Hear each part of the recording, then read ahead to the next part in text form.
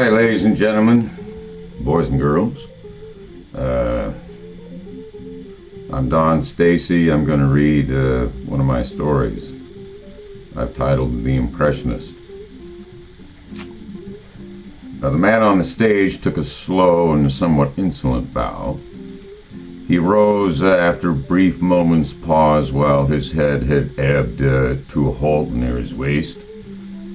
Having once again resumed his perfectly erect posture, for he was a bit shorter than average and could not afford to yield a single fraction of an inch to slouching, he gave a single impudent wave to the sparse audience and soon disappeared behind the folds of the drawn stage curtain. He went out the stage exit and walked along the hallway to the dressing room, which he occupied briefly once every 2 months. That's how long his entertainment circuit required for him to make one complete round. The smaller towns were always a single night affair. Some of his brother and sister comics might spend 3 days in one town, providing their act had caught fire with the audience. Jackson Theodopoulos Bayfield, the man who has just left the stage, opened the door to the spare confines of the dressing room, anticipating a quiet, if not soothing, wind-down time. He would relax with a slow drink of Madeira from a bottle with which he frequently supplied himself. Wally Fringe was his manager. The guy had once said, "If you can keep them laughing for 10 minutes straight, Bayfield, I'll raise your percentage by a couple of points." "My cut's only a lousy 15%, the skimpiest offer I've ever had to accept," Bayfield said in return. "You're lucky to have me. Who in hell was the first idiot you sent out there tonight? I'm surprised someone from the audience didn't jump out of his seat, run up onto the stage, and drag that son of a bitch off. He was just plain sad, Wally. Out of luck with a pot hardly big enough to piss in. Where do you find these guys? Hell, I was standing back here taking in his tragic, ill-prepared act. The audience could tell he was nervous, new at the game, ripe to receive a heavy load of guff. Ah, fuck, everyone goes through that, Jack. You know that. No one gives you a break when you first start out. If you ain't got shit, if your act ain't stellar right off the cuff and the bat together, step aside, buddy, because you won't get anywhere in this business." Jack took another sip from his glass of Madeira, which was impossible to find in smaller college towns, which comprised most of his circuit. Once Wally had asked him, "Hey, Jack, what would you do if you weren't doing this comic routine?" "Well, I'll tell you one thing I wouldn't be doing, Wally, and that's selling shoes." "Seriously, man, what would you do?" "Oh, no doubt I'd go back to my old line of work, selling ovens and washing machines at an appliance store. Fuck, who knows? I've got a diverse set of skills, but most of them don't lend themselves to any specific occupation that I can think of. And so my resources go unused, Wally. Untapped and unused." Bayfield's smartphone often remained quiet. Once in a blue moon, he might call his daughter or his son, get the latest news about his grandkids, and once in a while, he'd call one of his old flames. And by now, they'd become accustomed to his unexpected calls, either in the middle of the afternoon or late at night, though he never phoned anyone after 11 o'clock, especially not Sheila, who never went to bed later than 9:30, and was righteously pissed once when he called her at 10:15. She blew her stack, scolded him, and hung up.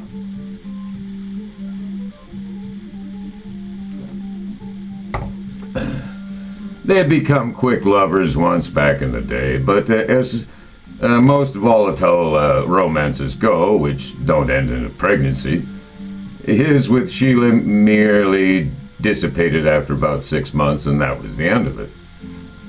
About 6 months later, he called her from Missoula, Montana. They talked, and she was actually pleased to hear from him. 6 months had carried her along a different path, one that never re-intersected his during that entire time, even once. After all, he had a family, then a wife and kids, and she had not quite yet adapted herself to the notion that she was a homewrecker. But apart from his one late-night phone call, Sheila was always willing to talk to him if she wasn't busy and had time to chat for a while. They kept up on each other's lives and remained friends. If a new man had come into her life, she would tell Jack about the fellow, sketch out his character a bit, and along with Jack, they might make a few inferences about the dude from the dude's behavior. What did it indicate? What did it signify? They would speculate. Far more infrequently, they would talk about his newest and latest love affair, for Jack an increasingly unlikely circumstance in which he found himself. There was this growing fraternity of bachelors and an even faster growing sorority of women who had vowed never to get married, whether again or for the first time. And Sheila and Jack both had become members now, each of them having been divorced once. One early afternoon, a few minutes after the night owl Jack had just finished lingering in bed, his tight and painful bladder compelling him toward the bathroom, Sheila called him, an unusual though not remote occurrence. He touched the speaker icon, one of a 5x7 matrix of icons shown on the smartphone's viewing screen. He sat on the toilet in case his violent stream of urine initiated one of his typically reluctant bowel movements.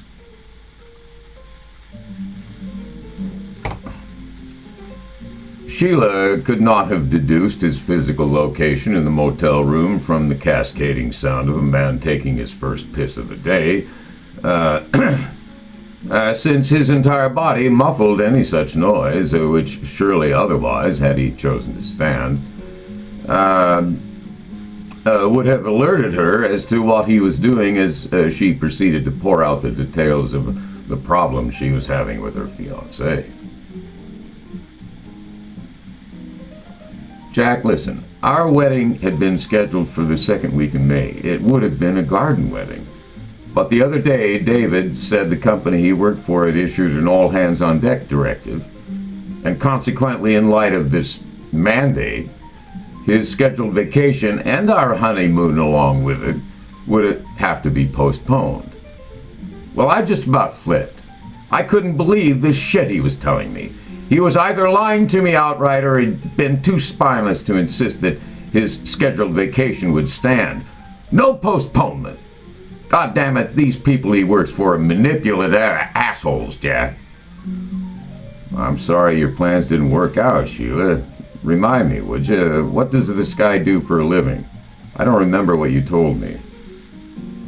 You've probably not even been listening to me. I listened, I just don't remember. Well, okay. He works for a company that manufactures plumbing equipment. Oh. What are you going to do now?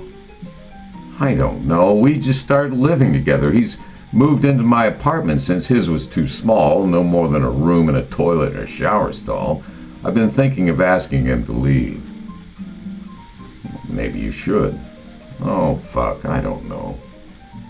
Let me ask you something. Do you love this guy, Sheila? Do you love him? I love to fuck him. That's hardly good enough. What the hell are you going to do when the pizzazz wears off? It's already begun to wear off. You need to do some rethinking. That's my take on the matter. You're just jealous. I'm not indifferent, that's true. Well, don't sound irritated. Regardless of how I feel